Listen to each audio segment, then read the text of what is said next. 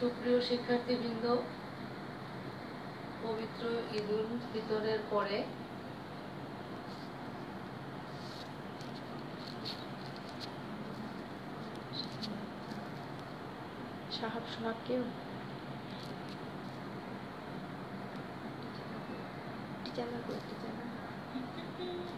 Saidur Rahman,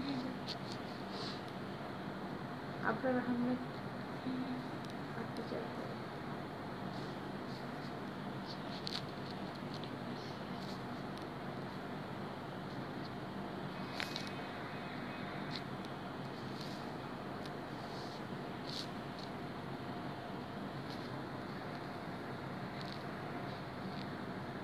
Abrar Ahmedullah, brigadier.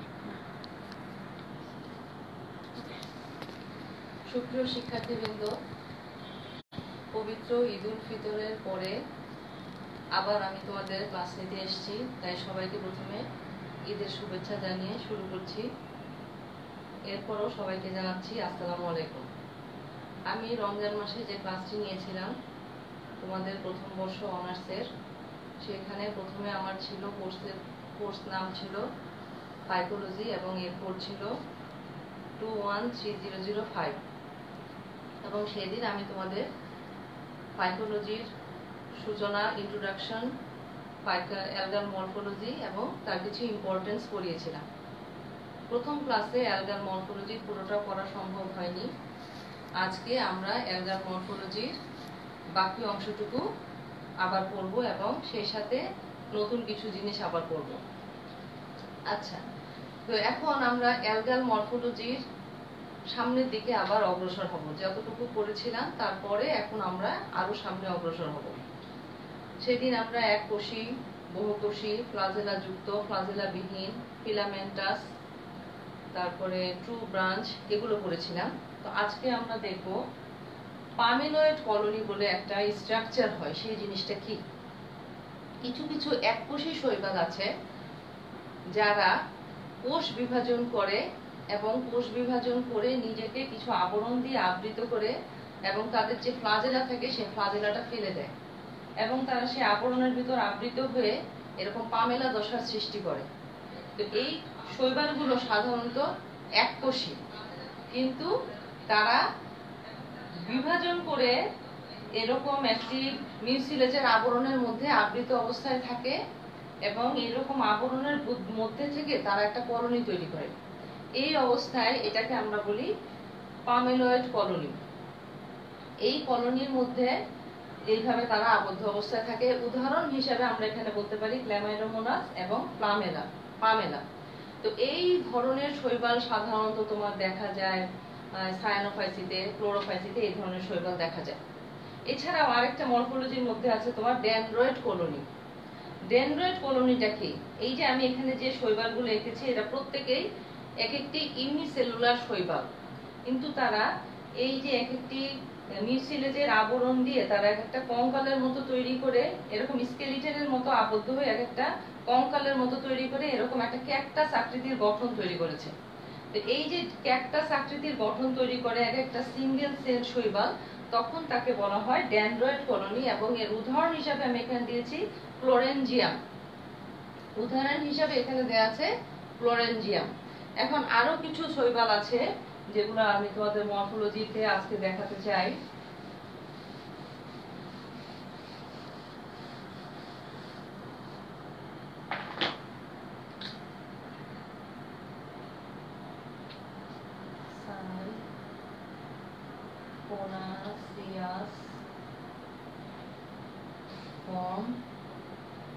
এটা সাধারণত দেখা যায় ভালচেরিয়া,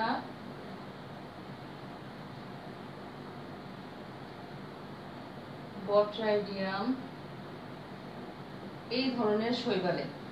সাইফন শব্দটার অর্থ হচ্ছে আসলে নল। নলাকৃতির কিছু শৈবাল আছে যাদের শরীরটা দেখলে মনে হয় নলের তৈরি। তো কি রকম, যদি আমি একটা ভালচেরিয়া আঁকি, দেখা যাবে যে এর শরীরটা এরকম নলের মতো, এরকম নলের মতো একটা শৈবাল। এখানে কিছু রাইজয়েড থাকে এবং এর নলের চারপাশ দিয়ে থাকে হচ্ছে হলো গিয়ে এর নিউক্লিয়াস গুলো থাকে চারপাশ দিয়ে, এভাবে নিউক্লিয়াস গুলো থাকে চারপাশে। এবং এর মাঝখানের যে ফাঁকা অংশটা, এই ফাঁকা অংশটাকে হচ্ছে বলা হয় সেন্ট্রাল ভ্যাকুল। এই মাঝখানের অংশটা হচ্ছে সেন্ট্রাল ভ্যাকুল, এটা হচ্ছে রাইজয়েড, এটা হচ্ছে রাইজয়েড, এটা হচ্ছে সেন্ট্রাল ভ্যাকুল, এটা হচ্ছে সেন্ট্রাল ভ্যাকুল। ঠিক তেমনি আমি যদি বট্রাইডিয়াম আঁকি, বট্রাইডিয়ামের একটা এরকম ভ্যাসিকল থাকে এবং এর এদিকে এগুলো হচ্ছে রাইজয়েড থাকে। বট্রাইডিয়ামের স্ট্রাকচারটা এরকম। এখন এই যে গঠনগুলো, এগুলোকে বলা হয় সাইফন আকৃতির গঠন। এই জন্য এই ধরনের শৈবালগুলোকে বলা হয় সাইফোনাসিয়াস ফর্ম। এই সাইফোনাসিয়াস ফর্ম আবার পলিসাইফোনাসিয়াস ফর্মও হতে পারে। এই গঠনগুলো আমরা এর আগের দিন দেখতে পারিনি। পলিসাইফোনিয়াসিয়াস ফর্ম, পলিসাইফোনাসিয়াস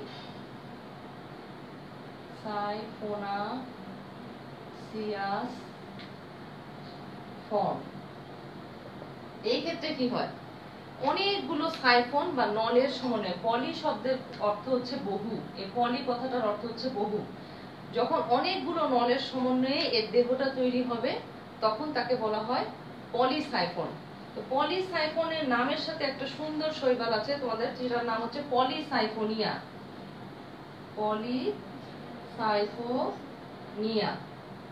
এই শৈবালটা হচ্ছে, এই শরীরটা হচ্ছে পলিসাইফোনিয়া। এটাকে যদি আমি আঁকি, দেখা যাবে যে এর শরীরের ভিতরে এরকম অনেকগুলো নলের মতো গঠন আছে, এরকম নলের মতো তার শরীরের ভিতরে অনেকগুলো গঠন আছে।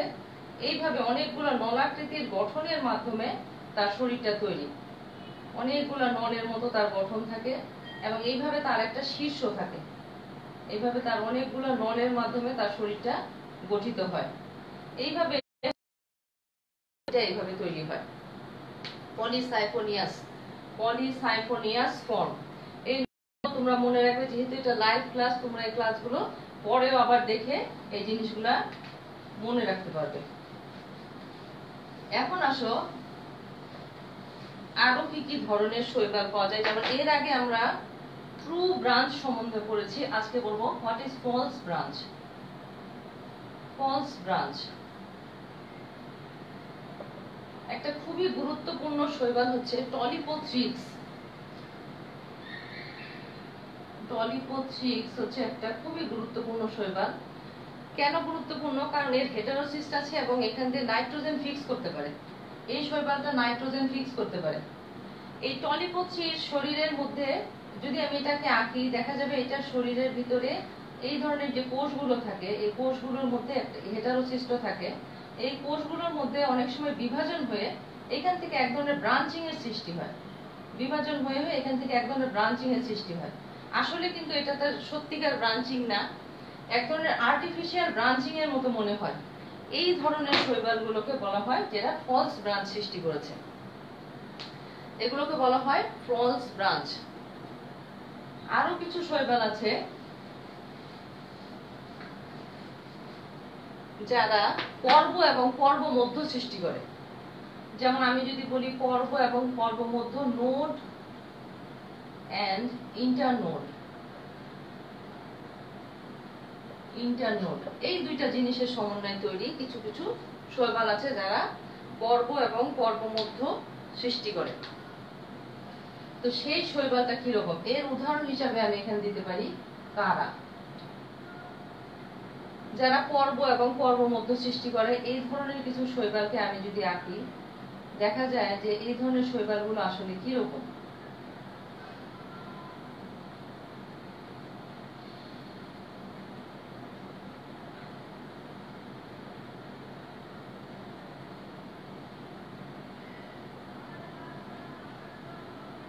যারা পর্ব এবং পর্ব মধ্য সৃষ্টি করে, এই ধরনের কিছু শৈবাল, এই কারা, এরা হচ্ছে পর্ব এবং পর্ব মধ্য সৃষ্টি করে। এই ধরনের কিছু শৈবাল হচ্ছে কারা।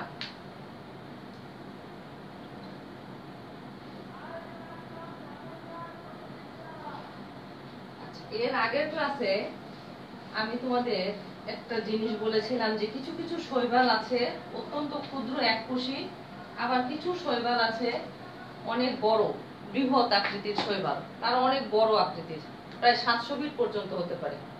এই সমস্ত শৈবালকে সাধারণত বলা হয় কমপ্লেক্স অ্যালগি।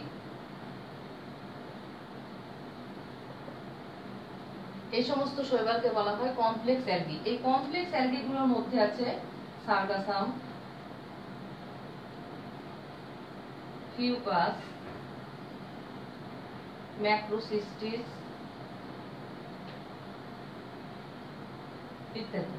তো এদেরকে কেন কমপ্লেক্স শৈবাল বলা হয়? কারণ এই সমস্ত শৈবালের যে স্টাইপ থাকে, সাধারণত নিম্ন শ্রেণীর উদ্ভিদের কাণ্ডের পরিবর্তে যে অংশটা থাকে তাকে আমরা স্টাইপ বলি। সেই স্টাইপটা দেখতে অনেকটা কাণ্ডের মতো, এবং তাদের যে পাতার মতো যে অংশ থাকে সেই ফ্রন্টটা অনেকটা দেখতে পাতার মতো। সার্গাসামের এগুলা খুবই স্পষ্ট, খুবই বড় বড় স্পষ্ট পাতার মতো। আরেকটা আছে ল্যামিনারিয়া, এই কমপ্লেক্স অ্যালগির মধ্যে বিরাট পাতার মতো থাকে ল্যামিনারিয়া। এই ধরনের জটিল অ্যালগি।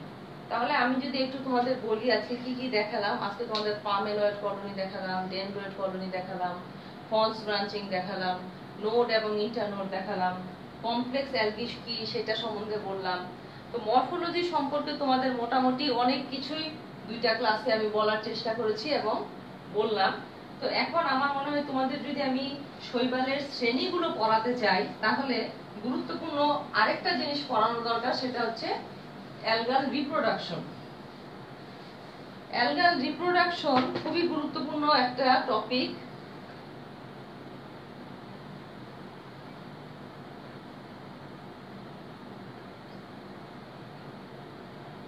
অ্যালগাল রিপ্রোডাকশন তোমাদের আমি আগেই বলেছি, বিশাল এই শৈবালের রাজ্য, তার যে অসংখ্য প্রজাতি, তাদেরকে অনেকগুলো শ্রেণীতে ভাগ করা হয়েছে। সায়ানোফাইসি, ক্লোরোফাইসি, ডিনোফাইসি, ইউগ্লোনোফাইসি, ব্যাসিলারিওফাইসি, ফিওফাইসি, রোডোফাইসি, তাদের অনেকগুলো শ্রেণীতে ভাগ করা হয়েছে। এই শ্রেণীগুলোকে আমি যখন পড়তে যাব তখন তাদের মরফোলজিটা সম্পর্কে আগে থেকে জানা থাকলে সুবিধা হয়, এবং এই প্রত্যেক শ্রেণীর শৈবালের মধ্যে তার একটা জনন থাকবে। এখন তুমি যদি পূর্বেই অ্যালগাল রিপ্রোডাকশন সম্বন্ধে একটু বেসিক নলেজ থাকে, তাহলে তোমার প্রত্যেক শ্রেণীতে যে তার রিপ্রোডাকশন সম্পর্কে বুঝতে সুবিধা হবে। কারণ এখানে রিপ্রোডাকশনের যে ধাপগুলো তুমি দেখবে, সেগুলোই প্রত্যেকটা শ্রেণীর মধ্যে সেগুলোই আবার তুমি ঘুরে ফিরে পাবে। তো এই শৈবাল শ্রেণী সাধারণত তিন ভাবে রিপ্রোডাকশন করে। তার তিনটা কি কি? এক নাম্বার হচ্ছে vegetative reproduction, vegetative reproduction. Number 2 হচ্ছে অ্যাসেক্সুয়াল রিপ্রোডাকশন। নাম্বার 3 হচ্ছে সেক্সুয়াল রিপ্রোডাকশন। এই তিন ভাবে এই সমস্ত শৈবাল শ্রেণী যতগুলো আছে তারা এই তিন ভাবে বংশবৃদ্ধি করে থাকে। তো এই তিন প্রকার বংশবৃদ্ধির আমরা শুরুতেই পাচ্ছি যে পয়েন্টটা, সেটা হচ্ছে ভেজিটেটিভ রিপ্রোডাকশন। এখন ভেজিটেটিভ রিপ্রোডাকশন বলতে আমরা কি বুঝি? ভেজিটেটিভ রিপ্রোডাকশন বলতে বোঝায় কোন জীব বা উদ্ভিদ এখানে তার অঙ্গের মাধ্যমে কিভাবে বংশবৃদ্ধি করে, সেটা হচ্ছে ভেজিটেটিভ রিপ্রোডাকশন। তার ভেজিটেটিভ অঙ্গের মাধ্যমে, তার দৈহিক অঙ্গের মাধ্যমে সে কিভাবে বংশবৃদ্ধি করে, সেটাকে বলা হয় ভেজিটেটিভ রিপ্রোডাকশন। এটা কোনো অ্যাসেক্সুয়াল রিপ্রোডাকশন না বা কোনো সেক্সুয়াল রিপ্রোডাকশন না, এটা হচ্ছে তার দৈহিক অঙ্গের মাধ্যমে সে কিভাবে বংশবৃদ্ধি করে, সেটা হচ্ছে তার ভেজিটেটিভ রিপ্রোডাকশন। নিম্ন শ্রেণীর যে শৈবালগুলো আছে, এর যদি আমি এক নাম্বার পয়েন্ট ধরি, যেটা কোষ বিভাজন বা দ্বিবিভাজন, বা ইংলিশে যাকে বলা হয় ফিশন। ফিশন, একে আমরা বলতে পারি কোষ বিভাজন, দ্বিবিভাজন বা ফিশন প্রক্রিয়া, যেখানে সাধারণত একটা কোষ থেকে তোমার পর্যায়ক্রমিকভাবে দুইটা কোষের সৃষ্টি হয়। এটা হচ্ছে দ্বিবিভাজন বা ফিশন। এই ধরনের দৈহিক বিভাজন কোথায় দেখা যায়? সাধারণত দেখা যায় সায়ানোফাইসি, ক্লোরোফাইসি, ইউগ্লোনোফাইসি, ডিনোফাইসি।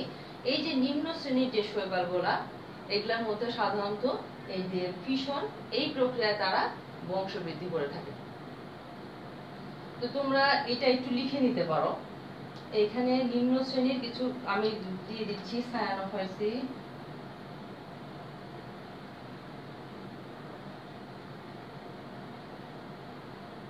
ক্লোরোফাইসি, এগুলো এর মধ্যে এখানে উদাহরণ হিসেবে আমি দিতে পারি ক্ল্যামাইডোমোনাস,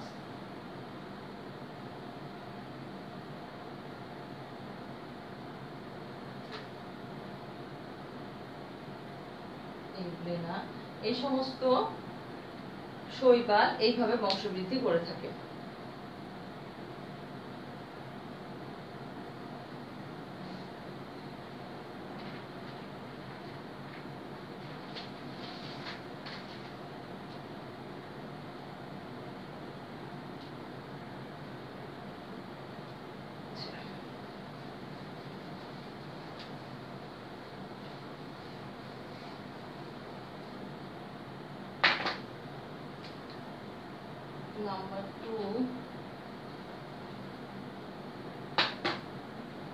Number 2, তে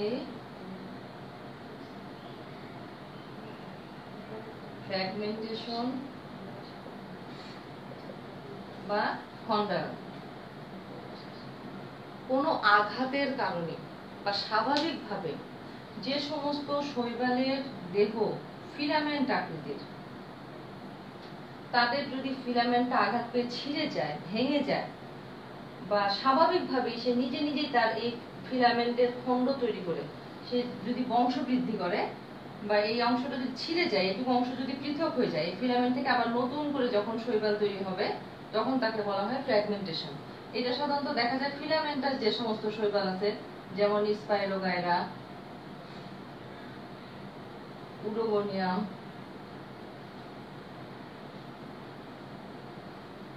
জিগনেমা,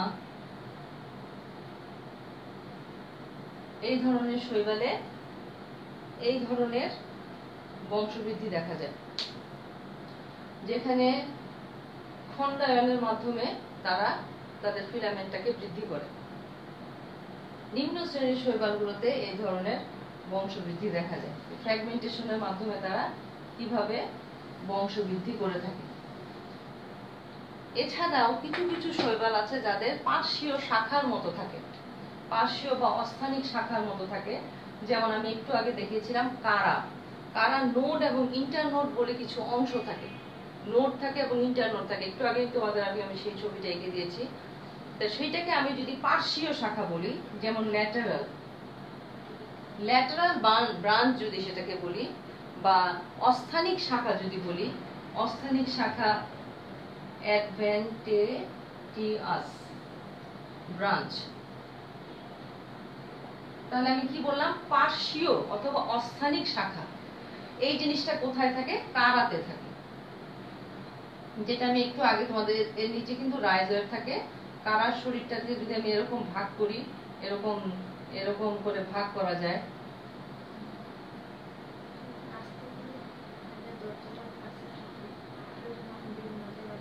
এর কোনো অংশ যদি এখান থেকে বিচ্ছিন্ন হয়ে যায়, তখন সেখান থেকে আবার একটা নতুন উদ্ভিদের সৃষ্টি হতে পারে, নতুন করে একটা শৈবালের সৃষ্টি হতে পারে। তো এখানে আমি দেখো কি লিখেছি, তার পার্শ্বীয় ল্যাটারাল এবং অস্থানিক ব্রাঞ্চ যেগুলো থাকে, সেখান থেকে আবার নতুন করে শৈবালের সৃষ্টি হতে পারে। তাহলে এখন দেখো আমি পুরো বিষয়গুলোই কিন্তু আঁকছি তার দৈহিক অংশের মাধ্যমে, দৈহিক অঙ্গ থেকে কিভাবে নতুন করে আবার শৈবালের সৃষ্টি হচ্ছে সেগুলা। আমি কিন্তু কোনোটাই দেখাইনি তার অ্যাসেক্সুয়াল বা কোনো সেক্সুয়াল কোনো কিছু, এগুলো না। এগুলো হচ্ছে যে তার শারীরিক কোনো অঙ্গের মাধ্যমে কিভাবে তার রিপ্রোডাকশন সম্ভব, সেই জিনিসগুলো এখানে দেখানো হচ্ছে। এই কারারই অনেকভাবে রিপ্রোডাকশন করে থাকে। একটি খুবই ইন্টারেস্টিং অ্যালগাল প্রজাতি হচ্ছে এই কারা। এখন যেহেতু আমি কারা দেখাচ্ছি, তো এখানে এই এক কারা দিয়ে তোমার অনেকগুলো উদাহরণ অ্যাপ্লাই করা যায়। যেমন অ্যামাইলাম স্টার্চ, অ্যামাইলাম স্টার্চ বলে একটা জিনিস আছে, একটা শ্বেতসার। এটা ফুলের মতো একটা গঠন, যেটা এই কারা তার রাইজয়েডে, তার মূলের এখানে তো মূল থাকে না, তাদের রাইজয়েডের মতো অংশ থাকে, সেখানে ফুলের মতো জিনিসটা তার তৈরি হয়। এই জিনিসটা কারা রুটে, তার রুট থাকে না, রাইজয়েডে এই জিনিসটা তৈরি হয়, অ্যামাইলাম স্টার্চ তারার মতো। এই জিনিসটা যদি কারার শরীর থেকে বিচ্ছিন্ন হয়ে যায়, এখানে প্রচুর পরিমাণে শ্বেতসার জমা থাকে, সে এটা সেল ডিভিশন করে এখান থেকে আবার নতুন করে সে তার আরেকটা নতুন সে কারা উদ্ভিদ জন্ম হবে। তো এক কারা দিয়ে তোমার আমি 2-3টা উদাহরণ দিতে পারবো। আরেকটা আছে তোমার প্রোটোনেমা। প্রোটোনেমা। What is প্রোটোনেমা? কারার আমি যদি শুধু রাইজয়েড ডাকি, কারার রাইজয়েড যদি এরকম হয়, এখান থেকে এই রাইজয়েডের চাইতেও সরু সুতার মতো কিছু জিনিস বের হয়, সুতার মতো কিছু অঙ্গ বের হয়। এই সুতার মতো অঙ্গগুলো যদি তার শরীর থেকে বিচ্ছিন্ন হয়ে যায়, কারার শরীর থেকে, তাহলে সেইটি আবার নতুন করে আরেকটি কারা উদ্ভিদের জন্ম দিতে পারে। তো এই কারার কথা যখন বলছি, তখন আমি এখানে আরেকটা উদাহরণ দিয়ে ছাড়বো, সেটা হচ্ছে বুলবিল। বুলবিল জিনিসটা কি? একটা যদি আমি কারা উদ্ভিদ আঁকি, একটা যদি কারা শৈবাল আঁকি, দেখা যাবে যে কারার যে শাখা প্রশাখা আমি বললাম থাকে, এইখানে বলের মতো কিছু অঙ্গের সৃষ্টি হয়, বলের মতো, যেটা বল, বুলবিল বলতেছে। এই বুলবিলটা এর শরীর থেকে পৃথক হয়ে গিয়ে নতুন আরেকটি কারা উদ্ভিদের জন্ম দিতে পারে, এই বুলবিল অংশটা। তো আমি অঙ্গজ, তার যে ভেজিটেটিভ রিপ্রোডাকশন, সেখানে যে নামগুলো দিচ্ছি তোমরা আশা করি এগুলো খেয়াল করছো, এবং এটা যেহেতু লাইভ ক্লাস তোমরা পরেও আবার দেখতে পারবে, এখন শুধু মনোযোগ দিয়ে শোনো যে আমি কি বলছি এবং সেটা আয়ত্ত করার চেষ্টা করো। আরেকটা উদাহরণ আছে, সেটা হচ্ছে টিউবার। এটা একটা খুবই চমৎকার জিনিস। টিউবার তোমাদের আমি দৈহিক গঠনের সময় বললাম সাইফোনেসিয়াস ফর্মের মধ্যে ভালচেরিয়ার সাথে তোমাদের আরেকটা উদাহরণ দিয়েছিলাম, বট্রাইডিয়াম। বট্রাইডিয়ামের শরীরটা, এটা হচ্ছে ভ্যাসিকল, তার ভ্যাসিকল, এবং এই পাশে তার রাইজয়েড থাকে। এই রাইজয়েড গুলা মাটির নিচে কিছু এরকম গোল গোল টিউবারের সৃষ্টি করে। এই টিউবার গুলা বিচ্ছিন্ন হয়ে, তার শরীর থেকে বিচ্ছিন্ন হয়ে আরেকটা নতুন করে বট্রাইডিয়াম সৃষ্টি করতে পারে। তো এই যে তোমার ভ্যারিয়েশন, এই ভ্যারিয়েশন গুলো যখন তুমি আবার ক্লাস ভিত্তিক করতে যাবে, তখন আবার তুমি এগুলো পাবে। এই ভ্যারিয়েশন গুলো আবার যখন ক্লাস ভিত্তিক আমরা করতে যাব, তখন আবার আমরা এগুলো পাবো। তো আমি যদি একটু এখানে রিভিউ করি, কারণ তোমাদের অনেকের মনে হতে পারে আমি তাড়াতাড়ি এগিয়ে যাচ্ছি, তাহলে তোমরা একটু খেয়াল করো। প্রথমে আমি দিয়েছিলাম কিন্তু ফিশন, প্রথমে দিয়েছিলাম একদম প্রিমিটিভ স্টেজে দিয়েছিলাম ফিশন, তারপরে দিয়েছি ফ্র্যাগমেন্টেশন,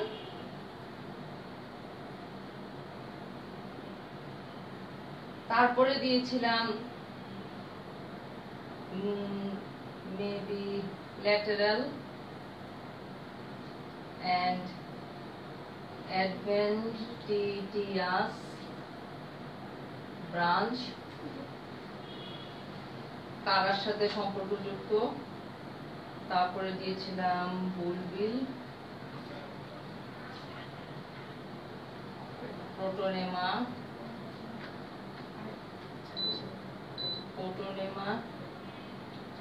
তারপরে টিউবার,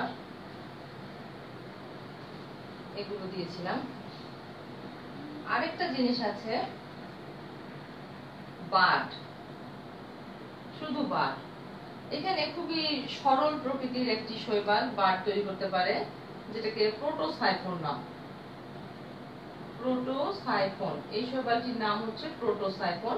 যেহেতু সরল প্রকৃতির, এরকম নরমাল একটি শৈবাল, তার এইখানে একটি ক্ষুদ্র উপবৃদ্ধির মতো সৃষ্টি হয়। এই জিনিসটাকে আমরা বলছি বাড। এই বাড তার শরীর থেকে বিচ্ছিন্ন হয়ে নতুন করে আরেকটি প্রোটোসাইফনের জন্ম দিতে পারে।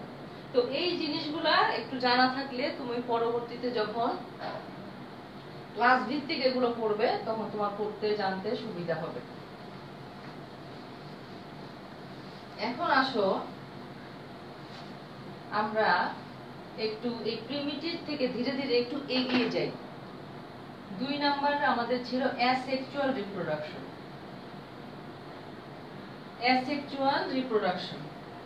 অ্যাসেক্সুয়াল রিপ্রোডাকশনটাও খুবই সোজা। আচ্ছা, তোমাদের ওই জায়গায় একটা জিনিস একটু স্কিপ হয়ে গেছে, ভেজিটেটিভ রিপ্রোডাকশনের জায়গায় হরমোগোনিয়াম বলে একটা জিনিস আছে। হরমোগোনিয়াম, এই হরমোগোনিয়াম জিনিসটা তোমরা, এই স্ট্রাকচারটা ভেজিটেটিভ রিপ্রোডাকশন এবং অ্যাসেক্সুয়াল রিপ্রোডাকশন দুই জায়গায় আছে। হরমোগোনিয়াম অসিলেটরিয়া যেমন সেপারেশন ডিস্কের মাধ্যমে তৈরি করে, ঠিক তেমনি গ্লিওটিকিয়া এবং নস্টকো তার শরীরে অ্যাসেক্সুয়াল রিপ্রোডাকশনের মাধ্যমে তৈরি করে। এখন ওখানে আমরা এই হরমোগোনিয়ামটা যদি অসিলেটরিয়ার মধ্যে আমি দেখতে চাই, তাহলে দেখা যায় যে তার নির্দিষ্ট কিছু সেলের মাঝে এরকম একটা ফাঁকা একটা জায়গা তৈরি হয়। এখানে সাধারণত 6টা থেকে 7টা সেল থাকে, এবং এই যে মাঝের যে ফাঁকা জায়গাটা, এটাকে বলে সেপারেশন ডিস্ক। সেপারেশন ডিস্ক, এই সেপারেশন ডিস্কের উপরের এই অংশটুকু হরমোগোনিয়াম হিসেবে কাজ করে, নিচের এই অংশটুকু হরমোগোনিয়াম হিসেবে কাজ করে। এখানে যদি একটা সেপারেশন ডিস্ক হয়, তার নিচের অংশটুকু হরমোগোনিয়াম হিসেবে কাজ করবে, এবং প্রত্যেকটা হরমোগোনিয়াম তার শরীর থেকে বিচ্ছিন্ন হয়ে প্রত্যেকটি আলাদা আলাদা ভাবে এই যে অসিলেটরিয়ার জন্ম দিবে। এইটা হচ্ছে আরেকটা ভেজিটেটিভ রিপ্রোডাকশন। এই জিনিসটা যে হোয়াট ইজ সেপারেশন ডিস্ক, অনেক সময় এটা তোমাদের ছোট শর্ট কোশ্চেন হিসেবে আসে। সেপারেশন ডিস্ক জিনিসটা কি?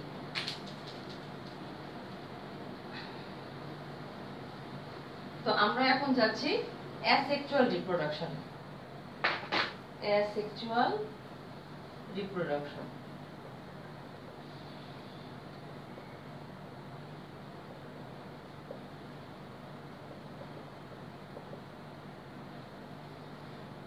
প্রথমেই আসি আমরা যে অ্যাসেক্সুয়াল রিপ্রোডাকশন জিনিসটা কি, কিভাবে হয়। প্রথমেই জানতে হবে যে এটা কোনো ভেজিটেটিভ রিপ্রোডাকশন, কোনো দৈহিক অঙ্গ বিচ্ছিন্ন হয়ে গিয়ে যে হবে সেটা না, বা কোনো যৌন মিলনের মাধ্যমে মেল আর ফিমেল গ্যামেটের ফার্টিলাইজেশনের মাধ্যমে হবে সেটাও না। তাহলে অ্যাসেক্সুয়াল রিপ্রোডাকশনটা হচ্ছে এখানে একটা স্পোরেঞ্জিয়াম থাকবে, এবং স্পোরেঞ্জিয়াম থেকে স্পোর উৎপন্ন হবে। তাহলে অ্যাসেক্সুয়াল রিপ্রোডাকশনে আমার মেইন জিনিস হচ্ছে কি এখানে স্পোর থাকবে। এখন এইখানে শৈবালে ভেরিয়াস টাইপস অফ স্পোরস, অনেক ধরনের এখানে স্পোর আছে, এবং তারা ভিন্ন ভিন্ন নামে অনেক ধরনের স্পোর আছে। কিছু কিছু স্পোর আছে যারা অনেক, কি বলবো, যখন আমি তোমাদের ইম্পর্টেন্স দেখাবো সেখানে দেখতে পারবে যে কিছু কিছু স্পোর আমাদের জন্য অত্যন্ত উপকারী। আচ্ছা, এখন আসো যে প্রথমে শুরু করি সরল সোজা যে স্পোর গুলো সেগুলো দিয়ে। প্রথমে আছে জুস্পোর। আমরা জানি যে সমস্ত স্পোরেঞ্জিয়াম থেকে যে স্পোর গুলো ফ্লাজেলা যুক্ত অবস্থায় থাকে তাদেরকে জুস্পোর বলে, এবং যারা মুভ করতে পারে, চলাফেরা করতে পারে, ফ্লাজেলা থাকে। এখন এই ফ্লাজেলার সংখ্যা কত হবে?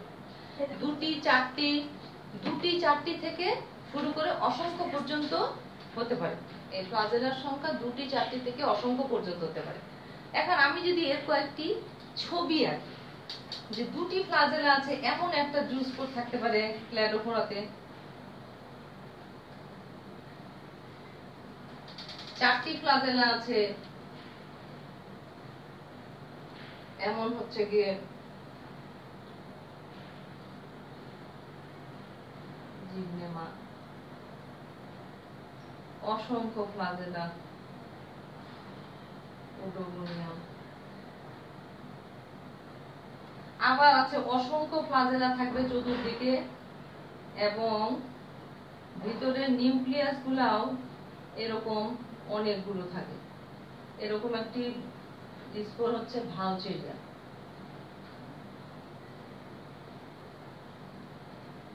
এই ধরনের জুস্পোর পাওয়া যায়। আবার যে সমস্ত স্পোর চলাফেরা করতে পারে না, ফ্লাজেলা থাকে না, নিশ্চল হয়, কারা ফ্লাজেলা থাকে না? সাধারণত প্রতিকূল পরিবেশে স্পোরেঞ্জিয়াম থেকে এমন কিছু স্পোর উৎপন্ন হয়, আমি কি বলছি খেয়াল করো, সাধারণত প্রতিকূল পরিবেশে স্পোরেঞ্জিয়াম থেকে এমন কিছু স্পোর উৎপন্ন হয় যেগুলো পাতলা প্রাচীর দেয়া থাকে এবং ফ্লাজেলা থাকে না। এটাকে বলা হয় অ্যাপ্লানোস্পোর।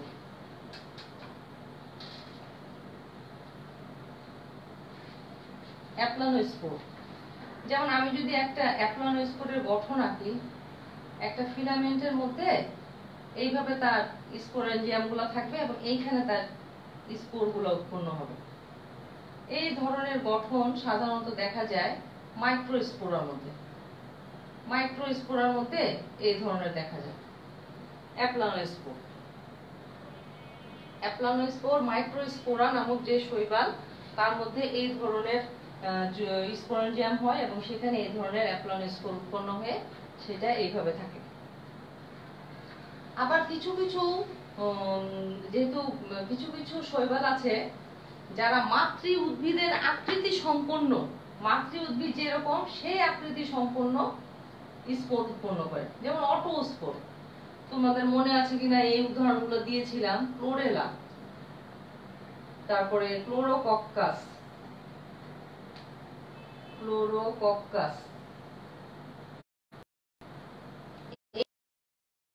এককোষী।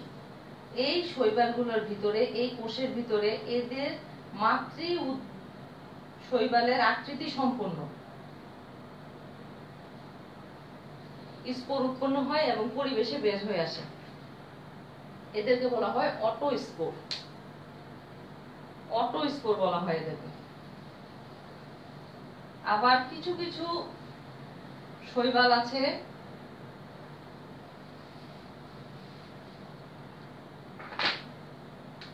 যাদের হিপনোস্পোর,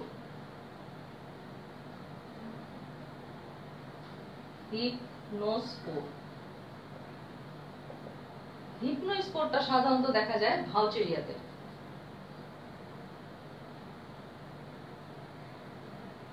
হিপনোস্পোর দেখা যায় ভাউচেরিয়া। একটু আগে আমি বলেছিলাম যে ভাউচেরিয়ার দৈহিক গঠন অনেকটা সাইফোন আকৃতির, সাইফোন বা নলের মতো। তো হিপনোস্পোরটা কিরকম? প্রতিকূল পরিবেশে ভাউচেরিয়ার শরীরে তার সাইফোনের শীর্ষ দিকে, তার সাইফোনের মাথার দিকে যে স্পোরেঞ্জিয়ামটা উৎপন্ন হয়, সেখানে এরকম সলিড ভাবে একটা স্পোর এরকম পুরো প্রাচীর দিয়ে থাকে। এটাকে হিপনোস্পোর বলে। একদম তার মাথার দিকে এইভাবে একটা স্পোর থাকে, সেটাকে বলা হয় হিপনোস্পোর। এটা সাধারণত দেখা যায় ভাউচেরিয়াতে।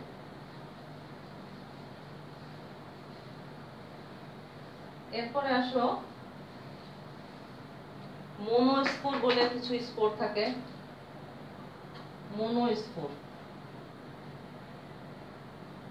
মোনোস্পোর অনেক সময় অনেকের স্পোরেঞ্জিয়াম থেকে একটি মাত্র স্পোর উৎপন্ন হয়। এদের উদাহরণ হিসেবে আমি দিতে পারি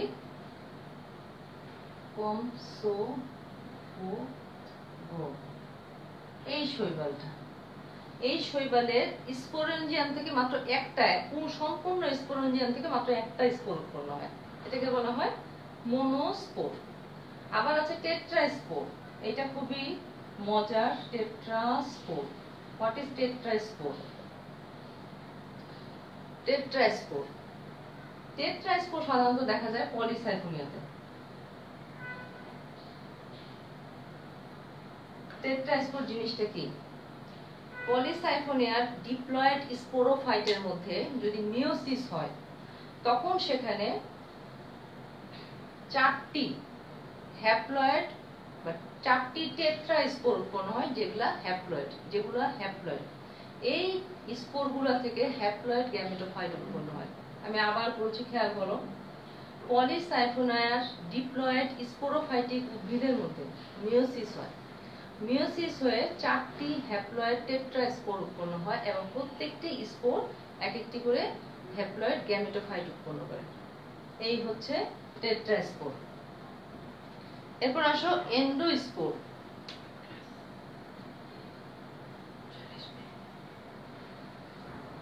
এন্ডোস্পোর অনেক শৈবাল আছে যাদের শরীরের ভিতরে যে পরিমাণ প্রোটোপ্লাজম আছে তার পুরোটাই সেই স্পোর তৈরির কাজে ব্যবহার করে। পুরোটা প্রোটোপ্লাজম তার স্পোর তৈরি করে ফেলে।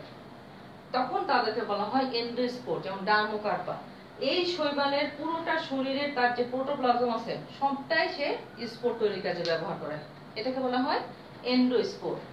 এখন আজকের ক্লাসে আমি এই অ্যাসেক্সুয়াল রিপ্রোডাকশনে দুটো স্পেশাল অ্যালগি নিয়ে একটু কথা বলতে চাই। তার একটা হচ্ছে গ্লিওট্রিকিয়া আর একটা হচ্ছে নস্টক।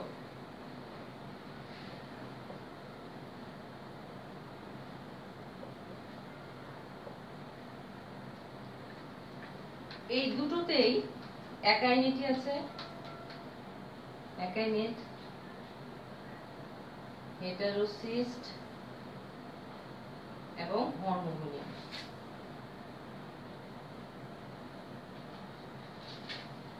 এগুলোর মাধ্যমে এরা অ্যাসেক্সুয়াল রিপ্রোডাকশন করতে পারে।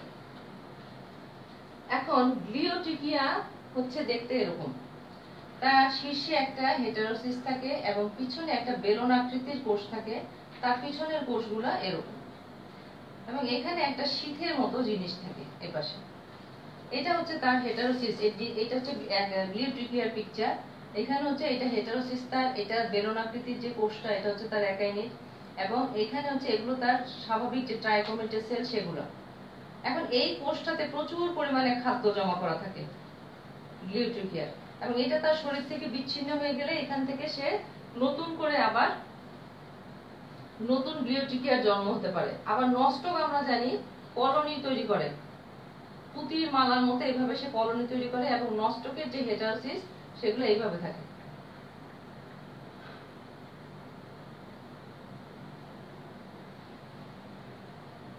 নষ্টকের হেটারোসিস্টের এইখান থেকে এইটুকু বিচ্ছিন্ন হয়ে যেতে পারে, আবার এই সমস্ত হেটারোসিস্টের অংশগুলো তার বিচ্ছিন্ন হয়ে গিয়ে এখান থেকে যে অংশটা থাকবে সেটা হর্মোগোনিয়ামের মতো আচরণ করে সে আবার বংশবৃদ্ধি করতে পারে।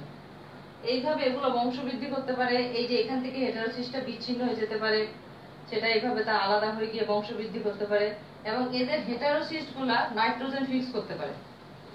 তার ইম্পর্টেন্সের মধ্যে আমরা যদি আজকে কিছু ইম্পর্টেন্স বলি শৈবালের, তাহলে দেখা যাবে যে এর ইম্পর্টেন্স বলতে গেলে বলা যায় যে এদের হেটারোসিস নাইট্রোজেন ফিক্স করতে পারে।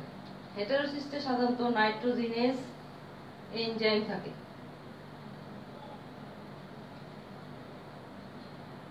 এই এনজাইমের সাহায্যে এরা বাতাসের নাইট্রোজেনকে অ্যামোনিয়াম ফর্মে নিয়ে আটকে রাখতে পারে। এইভাবে এরা নাইট্রোজেন ফিক্স করতে পারে। এছাড়াও আরো কিছু ইম্পর্টেন্স আজকে বলার ইচ্ছা আছে, সেটা হচ্ছে তোমার কিছু এককোষী শৈবাল আছে, তার নাম হচ্ছে স্পিরুলিনা, ক্লোরেলা, নষ্টক যদিও পুতির মালার মতো থাকে। এই স্পিরুলিনার মধ্যে vitamin B1, B2, B12, E এবং প্রচুর পরিমাণে প্রোটিন থাকে। এই শৈবালটা প্রথম আফ্রিকার চাঁদ দেশের লোকেরা তাদের একটি হ্রদ থেকে নিয়ে প্রথম তারা এটাকে খাদ্য হিসেবে গ্রহণ করে। পরবর্তীতে এটা দেখা যায় যে এটার মধ্যে উচ্চ প্রোটিন আছে এবং এটা প্রোটিন সমৃদ্ধ একটি খাদ্য। বর্তমানে এটা আমাদের দেশের যে বিজ্ঞান গবেষণা ইনস্টিটিউট আছে সেখান থেকে ডার্লিন বলে এটাকে একটা ওষুধ হিসেবে তৈরি করা হয়েছে এবং পাউডার আকারে এটাকে বাজারে বিক্রি করা হয়। এছাড়া জাপানে ক্লোরেলাকে শুষ্ক করে চায়ের সাথে মিশিয়ে পান করা হয়, এবং নষ্টক ব্রাজিলের একটি অত্যন্ত জনপ্রিয় খাদ্য। তো আমরা নাইট্রোজেন ফিক্সেশনটা অন্য দিন আরেক ভালোভাবে দেখব, কারণ আজকে এত স্বল্প পরিসরে এটা দেখানো সম্ভব না। শুধু এইটুকু বলতে পারি যে হেটারোসিস্টে নাইট্রোজেনের একটা এনজাইম থাকে, যে এনজাইমটা অক্সিজেনের উপস্থিতিতে তেমন কাজ করতে পারে না। অক্সিজেনের অনুপস্থিতিতে এটা নাইট্রোজেনকে অ্যামোনিয়ামে রূপান্তর করে এবং এইভাবে উদ্ভিদ নাইট্রোজেন অ্যাবজর্ব করতে পারে। এটা যদি মাটিতে থাকে তাহলে মাটিতে সে নাইট্রোজেন সাপ্লাই করতে পারে, তাহলে সেই মাটি অনেক উর্বর হয়। সাধারণত দেখা গেছে যে টলিপোথিক্স বা নস্টক, অ্যানাবিনা এরা মাটিতে প্রতি হেক্টরে প্রায় 500 পাউন্ড পর্যন্ত নাইট্রোজেন ফিক্স করতে পারে। তাহলে সেই মাটিতে দেখা যায় যে 3 মাস পর্যন্ত একটা ফসল ফলার 3 মাস পর্যন্ত পরবর্তীতে ফসলগুলো খুব ভালো হয়। ধান চাষ করলে সাধারণত এই ধরনের শৈবাল বেশি জন্মে থাকে।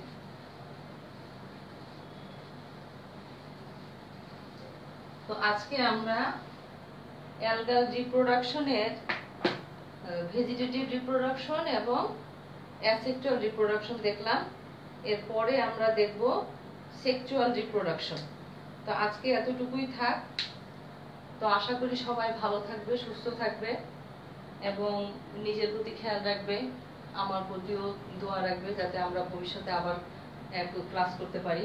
এবং আজকের ক্লাসে যা পড়লাম সেগুলো একটু বাসায় পড়াশোনা করবে। সবাইকে ধন্যবাদ। আল্লাহ হাফেজ।